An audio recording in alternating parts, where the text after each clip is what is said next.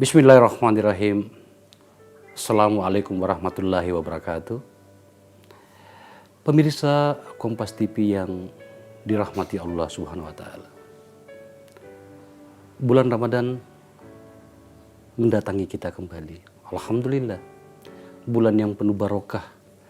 Bulan yang penuh hidayah, terutama bagi kita kaum muslimin. Bulan Ramadan selalu saja mengharukan bagi saya pribadi dan bagi keluarga saya dan tentu saja bagi kita semuanya. Bulan ini mengajarkan banyak hal tentang kehidupan kepada kita. Bulan Ramadan selalu mengingatkan kita tentang banyak hal.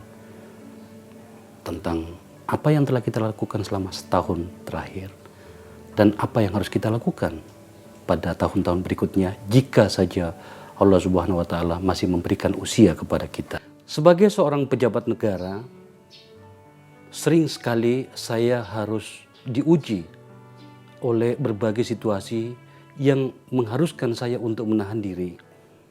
Pertarungan-pertarungan politik di DPR sering sekali memaksa saya untuk tafakur. Banyak peristiwa politik di negara ini yang tanpa sadar membuat saya emosional. Nah, pada bulan Ramadan seperti ini, semua itu terekam kembali di memori saya. Pada pertarungan politik di kasus Senturi misalnya, atau di MKD misalnya, terkadang emosi itu datang yang membuat saya harus mengerem diri. Dan pada bulan Ramadan seperti ini, itu terekam kembali. Saya harus bersabar lebih banyak. Tidak perlu saya jelaskan apa yang saya alami selama pertarungan-pertarungan politik itu. Tetapi ketenangan batin menghampiriku ketika saya kembali mendekatkan diri dengan ilahi. Saya sholat, saya duduk tafakur di masjid.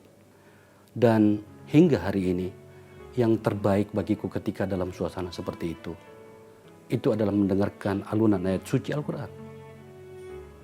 Atau mendengarkan azan maghrib, azan subuh, atau azan pada waktu-waktu sholat yang lain. Sungguh seperti mendapatkan siraman ketenangan. Sudah lama proses seperti ini menghampiriku. Dan alhamdulillah itu selalu menjadi pengingat bagiku. Satu peristiwa yang sering sekali membuat saya menjadi merasa bersalah, merasa terharu, terutama di rumah saya ini, adalah risiko sebagai seorang politisi yang lebih banyak menghabiskan waktu di luar rumah sana. Berangkat pagi-pagi, pulang tengah malam. Berangkat sebelum anak bangun pergi ke sekolah dan pulang setelah anak saya telah tertidur. Nah, pertanyaan yang paling mematikan bagi saya adalah ketika terutama anak perempuan saya yang tengah, yang masih duduk di bangku SMP dan juga yang bungsu, mengatakan, kapan lagi kita bisa sholat bersama? Itu hati saya itu merasa dicabik-cabik. Saya akan berusaha selama bulan Ramadan ini setidaknya untuk kembali sholat bersama dengan anak-anak saya. Terlalu berat bagi saya pertanyaan seperti itu.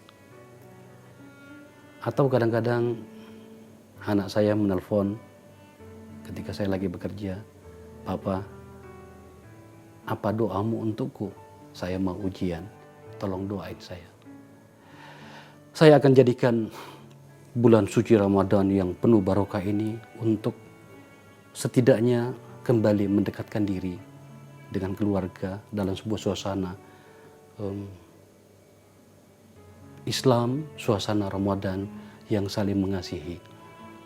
Itulah sebagai seorang politisi dimanapun berada, suasana seperti ini atau pertanyaan seperti ini yang kadang membuat haru. Tapi ya mau apa lagi, saya harus menghadapi itu. Dan alhamdulillah anak saya mulai bisa menyadari apa sebenarnya pekerjaan orang tuanya dan risiko-risiko yang dihadapinya, termasuk risiko kehilangan waktu bagi mereka.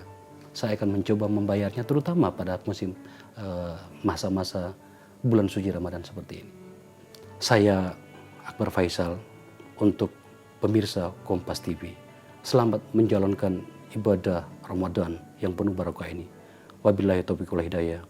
Assalamualaikum warahmatullahi wabarakatuh.